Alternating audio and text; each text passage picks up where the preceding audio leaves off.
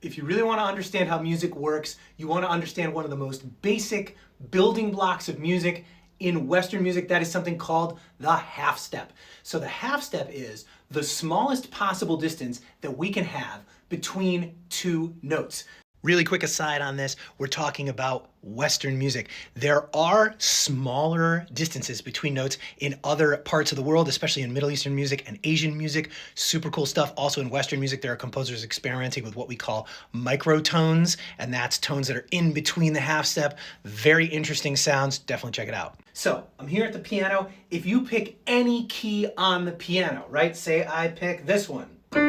Okay, a half step is simply the distance between this note and the very next note on the keyboard, including all of the black or white keys. So in this case, I go from this note to the very next note. I'm going to go up. This black key right here is a half step away. I can also go a half step down. If I'm on the same note, I can go down to the very next note. That's called a half step. If you're wondering how you can call up the sound of the half step anytime you want, we have the immortal John Williams to thank for the theme to Jaws. If you hear that, that's a half step. So that's a sound that you have in your head. You're probably carrying it around with you already. You already know what a half step sounds like. So that is the smallest possible distance that we can have between two notes in our system of music. Now, we can then use the half step to build all kinds of other things. So the easiest of those is if I put two half steps together, I get what's called a whole step. So if I take that same example that I started with, this is a D note on the piano, and I go up a half step to this black key right here.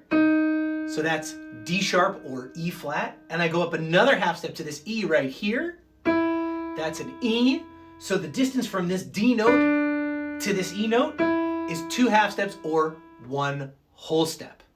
Now, once you understand how half steps and whole steps work, we can use those to build all kinds of other structures that are really useful for us in understanding music. You can use them to build scales. You can then use scales to write melodies or understand other authors' melodies. You can then use those scales to create chords that'll accompany the melodies or understand the chord progressions of other composers and songwriters. So that half step is the basic building block that we can then use to build whole steps, scales, chords, songs, so many of the other things that we see every day in music.